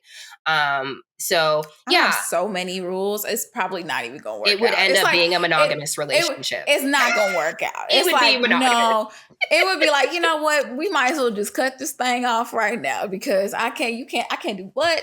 I can't. Yes, you're gonna be very miserable here if you want to do an open relationship. It's not gonna be good. That reminds me of when I was in college, I was dating somebody and they said that they wanted to do a threesome. I was like, okay, cool. I'm with it. So she's like, but there's some rules. I'm like, okay, what's the rules? You can't touch her. You can't do anything with her. Then nigga, that's not a. Well, what the hell to do? That means I'm watching you fuck like her. That's it. Like this is just. I'm like, what's going on? I'm just here. Like what the fuck? Yeah, there's got to be like different rules in place, and you just a fly on the wall, a big fly. Pretty much. Like, I just gotta have sex with you. Let me stop. I don't want to have sex with you now. Not tasteful for this day and age right now. No. I don't know. Yeah, this is not my thing. Open relationship, like, no.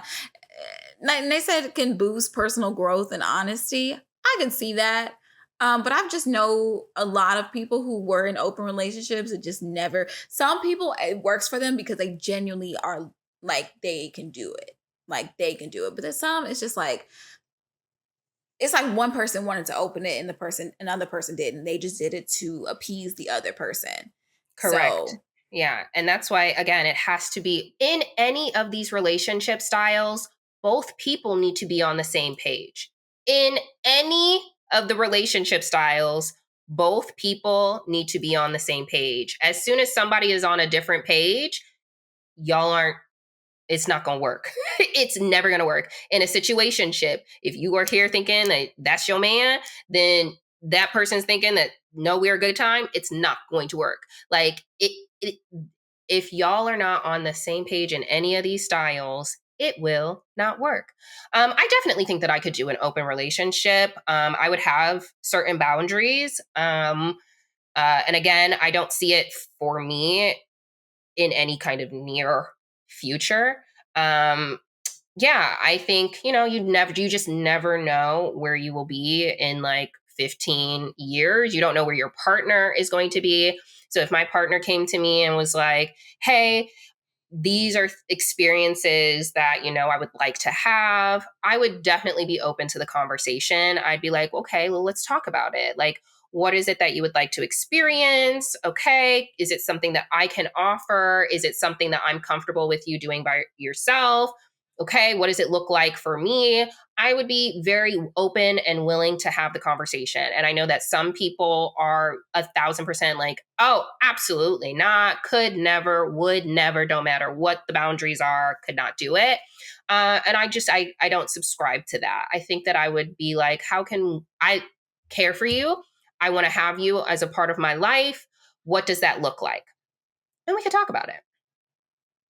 Yeah, I feel like if I have to open a relationship up in order to keep this person, they can leave. That's just me personally. I understand they probably still want to be with me, but it's just like I feel like there's something I'm not able to give you, and you should probably go find that within yourself. I think that there Because are a some, lot of people in every relationship that they don't meet 100% of what you want.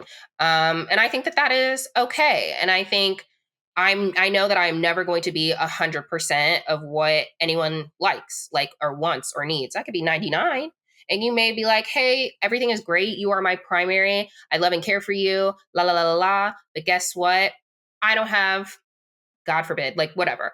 I don't have a penis, but I would also like to experiment in that space or that world, like whatever. I can't offer that to him. Like, I wouldn't be able to. So I would be like, we got to talk about it. What does that look like? Can we explore it? And so, like, I don't know. Yeah, I just know that, like, I'm never going to fulfill everything on your checklist. And that's why I think open relationships can work, because you are yeah. getting things filled in different areas that make you satisfied. So that way, when you come home to me, you are fully satisfied. Like, you had to go, you went outside, had an experience, and now we can talk about it. We can discuss it. You're joyful here. I don't have to deal with your anger or any kind of whatever because you feel like you can't do Hmm. something or you're not getting something. And now you want to leave me anyway because you're just trying to look for 10%, right? You know, the 80-20 rule. Like, yeah, you might get Hmm. 80% with me.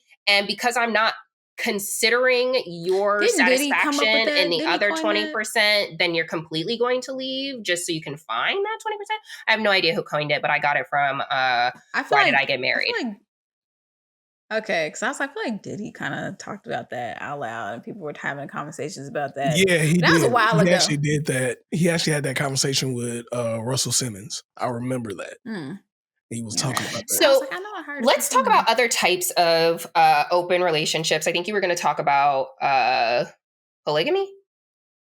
Oh, well, I mean, again, like I said, I think would have been better for the flow of the podcast of this episode because we kind of jumped to monogamish first and then we kind of reeled it back. Okay. So, open relationships, that's a broad term. So, these are like, this is another form of an open relationship. This is called, I'm going to move, swinging. You know, people have other words and terms for it, but it's pretty much, exploring sexually together with other people. So, when people take those trips to what was it? Jamaica, Epstein Colombia, Puerto Island. Rico. Yeah, but hey, key features. They often are done together or in social settings, like, sex parties, those, random mansion parties that aren't really mansions. They just 5 bedrooms houses with dirty ass pools. Diddy Um, party. em- you know, see, emotional connections with others is typical. Sorry, I read this wrong. But the key feature about this is emotional connection with others is typically not pursued. So a married couple attends an event, meets and have consensual sexual experience with other people or other couples. So, how y'all feel about that real quick? I can go ahead and read the pros and cons of it. You know what? Why don't I just do that? So, the pros: recreational sexual exploration together enhances trust through shared experiences and often maintains emotional exclusivity. Now, the cons: constrain emotional boundaries if not aligned, require strong communication and rules like everything else, and may not fulfill emotional needs outside of the couple. Okay, traits for success: sexual openness, clear mutual rules, comfort with the partner's sexual agency, and non judgmental mindset. Okay. So, could we see ourselves in a swinging type of situation? Why not? I will probably do it, but it won't be in a relationship. Like, we could do it before we get in a relationship. I'll be cool with that. Okay. Then it doesn't count. Okay. No, Yeah, it don't yeah. count. But yeah, that's Okay. the Well, maybe yeah. not. We'll say no then. Okay. Like, it's kind of like, could I No. Again, Okay, I that's can do cool. anything, not anything, but if I want to do it and my partner wants to do it, why not? Why not? I don't have no issue. Like, if we were going to go to a sex party, like if I wanted to go and Capricorn was open to it, cool. Let's go. Oh, we want to engage with, let's set our boundaries. Let's have a conversation. Let's do all the things. But if it is a desire of both parties and everyone's with it, I don't know if it's a need. I'm not saying that I want to do it. I need to do it. Again, who knows where I'm going to be when I'm 65 years old? Maybe I want to try that ish out. I don't know. But Look, and I'm they not are going to say older people that be in that. I'm not going to say I'm opposed 100% to it. You know, like if it's not a need. I'm not saying today that I need any of the other things. Very happy in my monogamous situation. But if it became a topic of conversation, let's talk about it. Okay, that could be hot for us. Okay, what we gonna do? What Oh, would be and your what are our boundaries? boundaries? Yeah, what would be your boundaries? I don't think I would be okay with oral. I think I would be okay with penetration. I don't think I would have really any other boundaries besides that. You Wait, for probably him kiss to the get person. oral. So for him to get oral. For him to do oral, Okay. I wouldn't do that. For me to do oral on somebody else, I'd probably be like, no, let's not do that. But yeah, I think I would be okay with penetrative acts.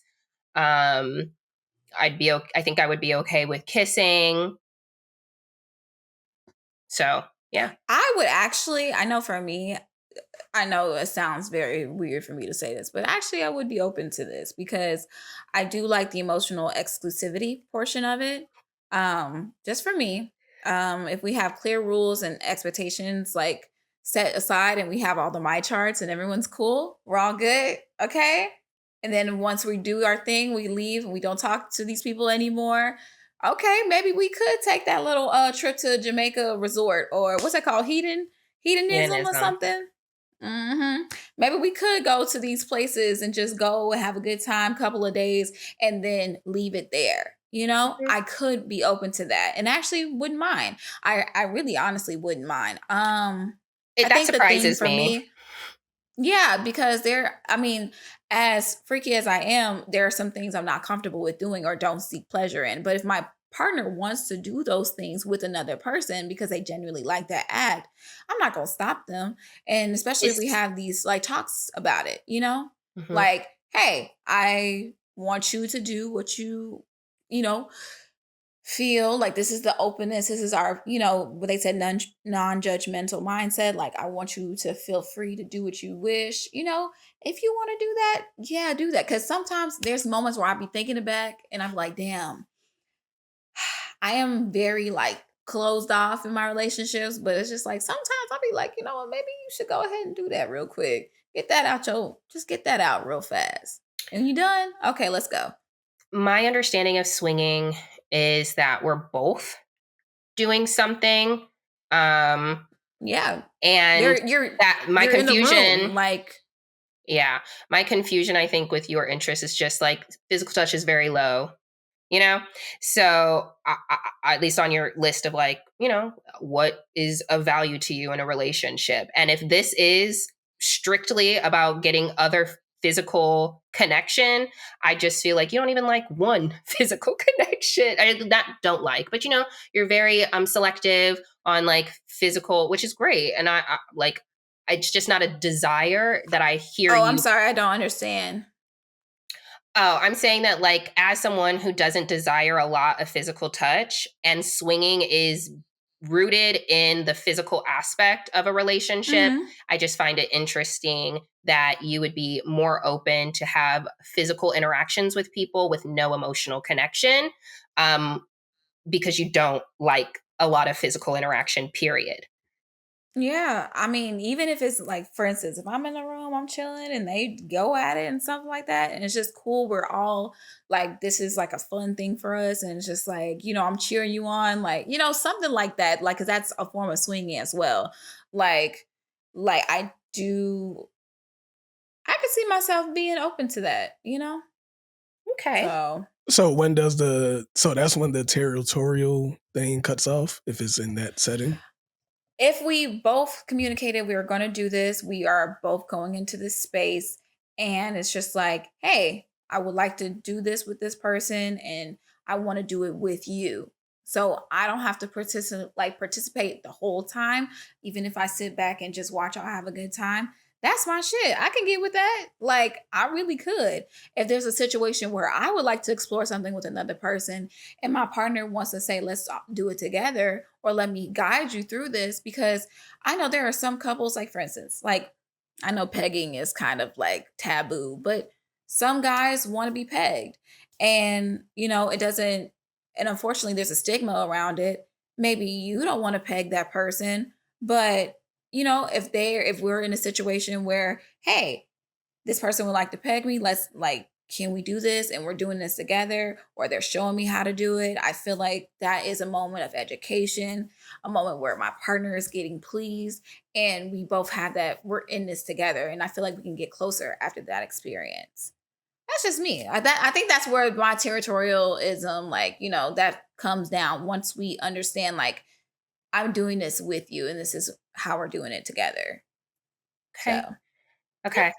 See, when we asked about like open relationships, I can't remember if you said yes or no, but it sounded like I no, said and therefore no. I was It like, sounded like this is an no. open I'm not. relationship.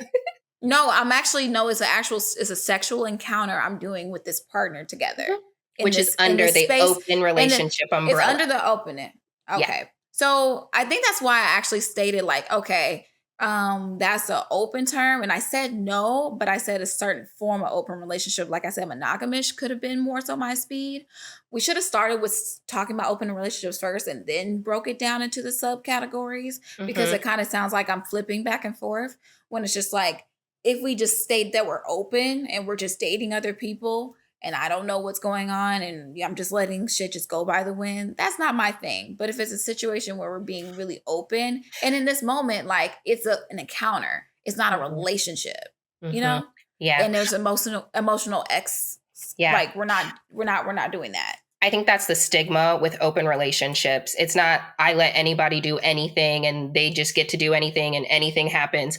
There are boundaries, right? I said in every single relationship, you both have to be on the same page. So in any open relationship, you would be on the same page. So no one is ever, that's how, Mandy B would be like, my man cheated on me because we had boundaries in our open relationship that were crossed, right? So there are Mhm. boundaries that you both agree to in that relationship style. And so I think that's where the stigma really comes from, is that there's no rules and everybody's out here doing whatever they want and it's sex and it's not a relationship and Some it's people whatever, feel whatever. like you shouldn't. And unfortunately that might borderline into something a more toxic. But there are some people who feel like, why should we have boundaries around our relationship and this love? Why am I holding this person back from doing these things? Yes, we Yeah. have open communication, but at the same time, I'm letting them do what they want to do. You know? Yeah. Oh, Yeah. okay. A So thousand yeah, let's percent. let's let's let's let's move on. Let's move on. There's another form of open relationship. It's called a don't ask, don't tell. So DADT. Dat. That shit. I don't know. So, never heard of this. Well, actually, you know what? We talked about don't ask, don't tell in other, forms of fashions, but in romantic relationships, the partners agree they can have sexual or romantic interactions with each other, but don't discuss the details. So, the key features are emotional or physical freedom without transparency about each instance. Sorry, I can't read.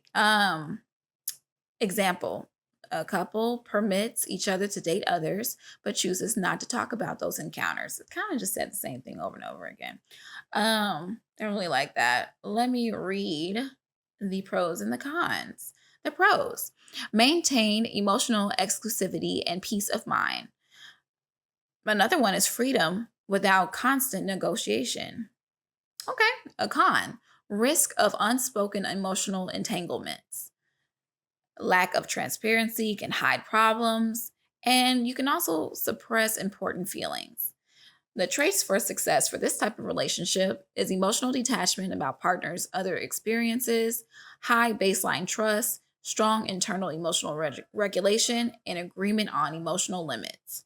So when I looked at this list originally, I was like, maybe I can do this. You definitely said. But now reading the details, I do want to get to a space where I'm more emotionally mature and more sound and have like great trust in my partner. I think that I kind of would want to be, if once I am stronger in that, if they did want to open the relationship up, I don't know. I feel like if I do a don't ask, don't tell, I'm kind of already one foot out the door. Does that make sense? Mm-hmm. Yeah, to me, don't ask, don't tell is almost the same thing as a situationship. Because I don't ask nothing because it's all fun and games. Yeah, but this person is your like partner. Because I talk to my partner. Like, I have very transparent, very open conversations. What do you want to hear? Like, how am I feeling? How am I doing? What are my wants? What are my needs? What are my desires? Like, what is the point of having a close relationship if we're not talking about those things? And so, what do you mean, don't ask, don't tell? Like, so say we're in an open relationship. Say we're in an open relationship, and I'm kind of going through it with another of one of my partners, like on some bullshit, and it's like, dang, I really like Paul, but Paul's over here, not answering my phone. I call him and, baby, can you make me feel better? Like, on some crazy stuff. It's not crazy. Okay, fine. Let me not talk bad about people who do these type of relationships, but it's just like, I can't talk to you about my issues with Paul. You don't really care to hear about them. Like, you're kind of just like, I know there's a Paul, but y'all keep that over there. Okay? And you come over here when you done. If I'm primary, I get to know about everything. Okay. So this is not your type. It is absolutely not for me. Okay. Codependent relationships, which is a relationship where one or both partners rely heavily on the other for emotional support and self-worth, often at the expense of personal boundaries. So in this example, it says a couple where one partner constantly sacrifices their needs to fix or support the other, losing their own sense of identity. So pros for a codependent relationship can feel intensely connected at first, and it may fulfill immediate emotional needs. But cons, you lose your identity and your autonomy. You're unhealthy in your reliance on the other person, and there's an emotional imbalance. And that can lead to resentment, burnout, and control issues. So this is best for individuals who understand their self-worth and are self-reliant. They have strong boundaries and they are emotionally independent and also open to therapy. So, yeah, no, because I am someone who wants deep connection and intimacy. I mentioned that I was like, I'm struggling using the word clingy, but that's just like, I want to be around you. I understand you're your own person. You got to go, you got to do whatever, or even like emotionally, I can't talk to anybody else. You are my emotional person. I have nobody else to go to. La, la, la.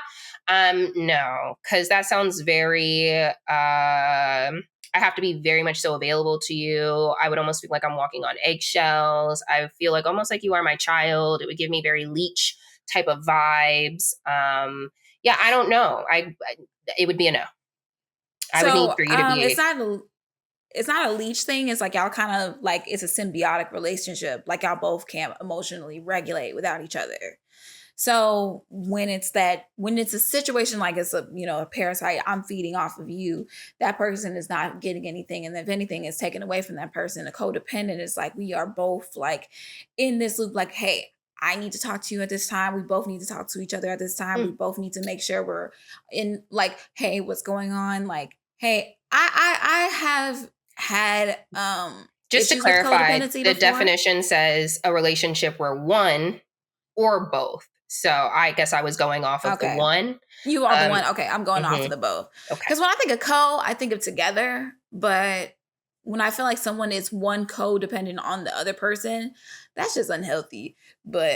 And maybe that is clingy. I don't know. Maybe that is. But wouldn't that be? I don't like that. But wouldn't it be still Like, I guess because I'm thinking of codependency and how that is and how a negative connotation that can be.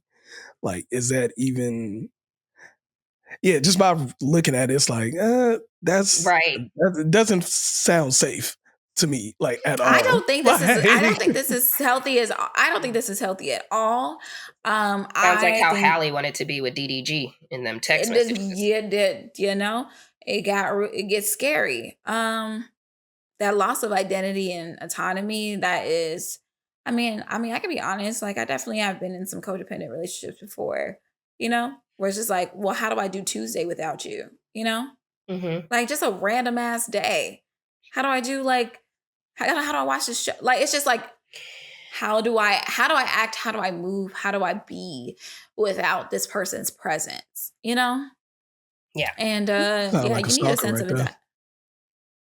No, Sound y'all like a both. potential Well, statement. again, I'm going off of the both things. So that's a little intense. And there are certain situations where that can pop up. So uh yeah, them boundaries are important, y'all. Maybe we'll have an episode about boundaries, or if we already did. I gotta look back and listen to it. So one of the other relationships, I think we're at the end. No, here's one. Relationship anarchy. Mm, that's interesting. Then I was reading this today and I was just like, what is this? So it's a philosophy that it rejects traditional relationship hierarchies. So, like prioritizing a romantic partner over their friends. So the key features for this is each relationship, whether it's romantic, platonic, or sexual, is shaped uniquely without predefined roles or expectations. So someone may have multiple deep relationships but doesn't label anybody as primary or exclusive. I was kind of getting this a little confused with like situationships and stuff like that, but they're deep and they're emotional, and situationships are not deep Correct. or emotional in that way. So the pros for this: clear structure offers emotional stability, allows exploration. Hold on, I'm reading the wrong one. So, complete autonomy in defining relationships. So, you have your way about things, and you're just going about it the way you see fit. Values all types of love equally. So, you don't think friends or relationships are above each other. Everyone gets a fair shot with you. Fosters authentic connection and freedom. The cons for this: requires constant negotiation and emotional labor, may lack security for those who prefer structure, and harder to find compatible partners within this um, relationship dynamic. The traits for success: non hierarchical mindset, radical honesty, autonomy and self sufficiency, and comfort with fluid dynamics. You know what's crazy? I really like this, but I don't know. The waters can get a little choppy because I can see someone having a love for everybody, but if their partner or their romantic partner is like, well, why can't you just prioritize our situation? Like, say it's somebody's birthday and they're just like, well, it's their birthday. I have to go do it. But they say, but it's our anniversary, but it's also their birthday. I don't know. Maybe that's a bad example. No, But I mean, I think for sure I couldn't do it. I want to know in all of these scenarios, I have to have a primary. Like there would have to mhm. be somebody. So if I'm not in first place with you, it's not gonna work. First place. It's like, I am the top. I understand primary is important because that's that security that I prefer in my relationships.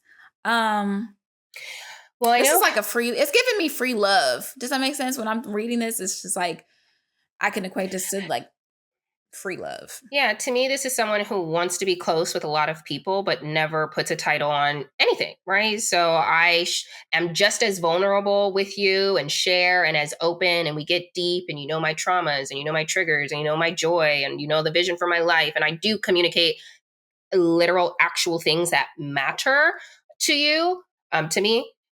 to you. But I don't put any kind of label or definition on it. And there will be multiple of those people around. And I think, people can do that. I wouldn't feel very safe and secure because I'm like, who do I rely on? And I'm sure that I could rely on you, but I don't think that you would drop things for me automatically. And that's where I'm just like, no, if I'm calling you and I'm needing you, it's because I'm calling you and I'm needing you specifically. So, yeah, it would be a no for me. All right. Well, I know we're at the end of our episode. Any final thoughts before we wrap it up? I think it's good. I think it's good for me to actually get like some well-defined definitions because, like you said, I said no to open relationships, but if it was open in a certain form of fashion, like I said, it would be more monogamish or like a swinging type of situation. So that helped me like kind of get to my personal answers. It's just interesting to see. I can see how this can kind of I honestly have seen these relationships with other people and I've seen it work out successfully and then some not so much. So I think it's nice to actually put titles to things and dynamics that I've seen before in the past and Yeah. present. Yeah, I think any relationship is a healthy relationship as long as both individuals are aligned and agree upon the boundaries that they are setting. And as long as you are being very honest with yourself, with what you would want, with what you can handle, and you know your criteria for what a relationship really looks like for you. I think that needs to be clear. And I think, yeah, as long as, again, you're on the same page, things can work out. So let us know if there is a relationship style that is untraditional that you yourself could see yourself identifying with or being a part of. Let me know if we missed any relationship styles or any pros or cons. Would love to hear any of your stories in the comments. So definitely do that. Write a comment, rate, share, subscribe. Follow us on social media. We are just extra _ podcast on Instagram and TikTok. You can find Jackie at all things Jay spelled out. I am Erica _ stay ready. And Hassan is at Mr.Forbes. DOT is spelled out. The dot is spelled out. And we will catch you on the next episode.